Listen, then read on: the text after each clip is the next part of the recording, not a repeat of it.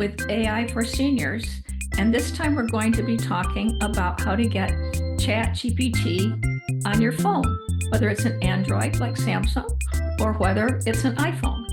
And so we start today. First thing I'm going to do is to share my screen, and these are the instructions. Okay, instructions for showing GPT on your Android or iPhone. And if you already have a ChatGPT account, have your login information handy. If you don't have a ChatGPT account, you can create one free after you've got it on your phone and ask questions until you see a message that will ask you to create an account. So it's pretty simple. All of this is pretty simple. So here we go. How to install ChatGPT on an Android. Open the Google Play Store. Search for ChatGPT by OpenAI. Tap Install.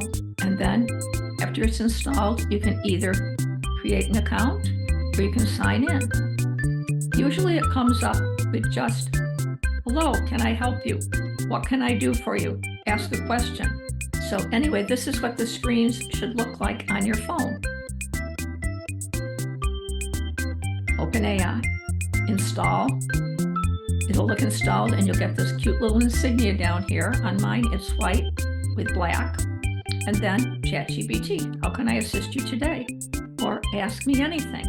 If you are using an iPhone, you open the App Store, you search for ChatGPT by OpenAI, you tap and get and install the app, and then again, you sign in or you create an account. And your screen should look something like this, which is very similar to the one above, except for the first one. So once you have it installed, then you can start asking questions. Some of the questions could be, how secure is ChatGPT? What does ChatGPT stand for? That's a good question. How does chat work? Is the ChatGPT on my computer connected to my phone? So I'm going to go into my chat on my computer and let you see how fast your responses can be, but you can type those in at the same time on your phone. So here we go. Let me do another minute. New share. And I'm going into, where should we begin? See, it keeps asking different questions. Ask anything. So here's a good question.